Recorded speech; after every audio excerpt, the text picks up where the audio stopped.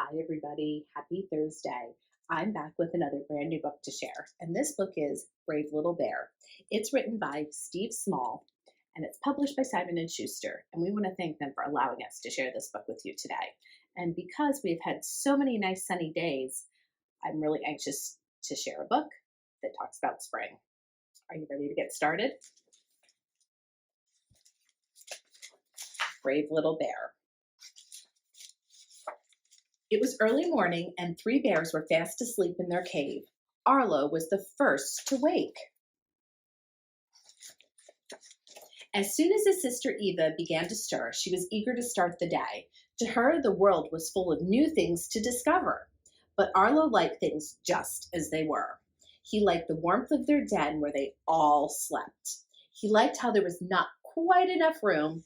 He even liked when their snores woke him up in the night, because he'd get to curl up and fall asleep next to Eva and his mother all over again. But this was all about to change. Today, they were going to leave the only home Arlo had ever known. Winter was nearly over, and it was time to leave the mountain and go to live in Spring Valley. It'll be an adventure, their mother had said. Arlo knew what adventures meant. More new things. Do you like adventures? Do you like new things? As Arlo watched Eva play outside, their mother whispered into his ear, "Follow me, my brave little bear," she said. Arlo took one last look around the den. "I wish I were brave," he thought to himself. They set off into the great wood, where their mother had taught them how to be grown-up bears. Eva had been first up that tree, first down that steep hill, and first in the water. She didn't seem to be afraid of anything. Eva is the brave one, Arlo thought. Arlo looks at Eva. A tall mountain ridge covered in snow stood before them. A cold wind began to blow. Their mother looked at them carefully and said, "Spring Valley is on the other side. We need to cross." They began to climb the slope, Eva running ahead. The wind blew harder.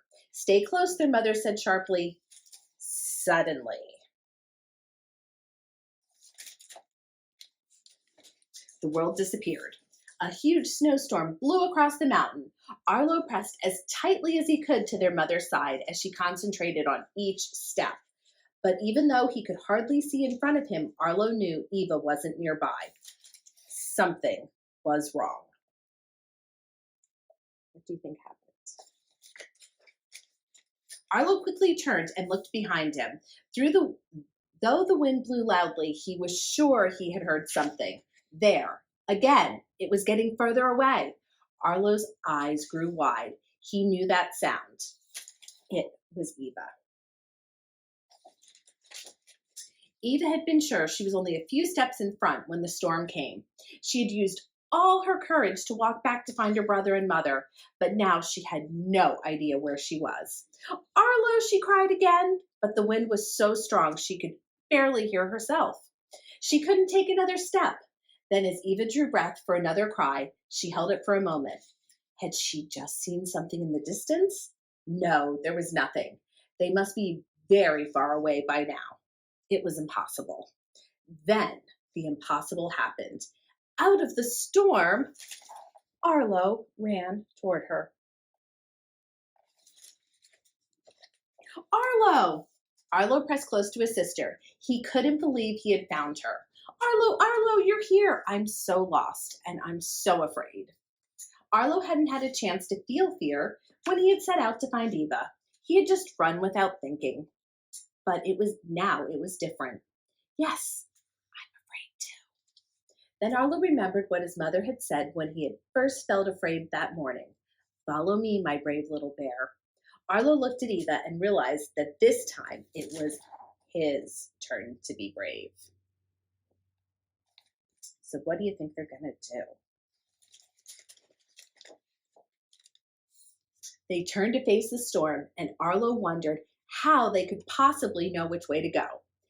And that was when he saw them. A few deep prints from their mother's long stride. They were on the right path. This way! It was a long, hard journey. Often the marks in the snow were nowhere to be seen, and sometimes they would climb and slide all the way back down again. But every time they got back on their feet and carried on. And just when it seemed as if the storm would never end, it stopped.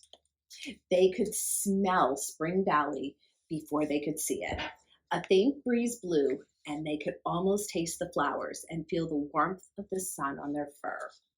They had made it over the ridge, and there, not many more steps away, eyes desperately searching the mountainside, stood their mother. "We're here! We're here!" They made it. She bounded toward them, happy and scolding at the same time, but her words were soft.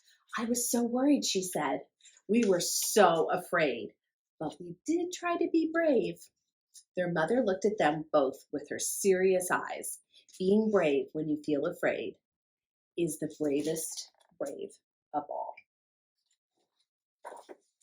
Later that night, sleeping under the moon, Arlo woke to the sound of his sister's and mother's snores, and with a dreamy smile, he growled happily, curled up, and fell back to sleep. The end. So, what did you think about this story? And who is ready for spring? Who wants to smell some flowers? Let me know on our Instagram page. I will be back next week with more brand new books to share. So until then, everybody have a great weekend, and I'll see you soon. Bye for now.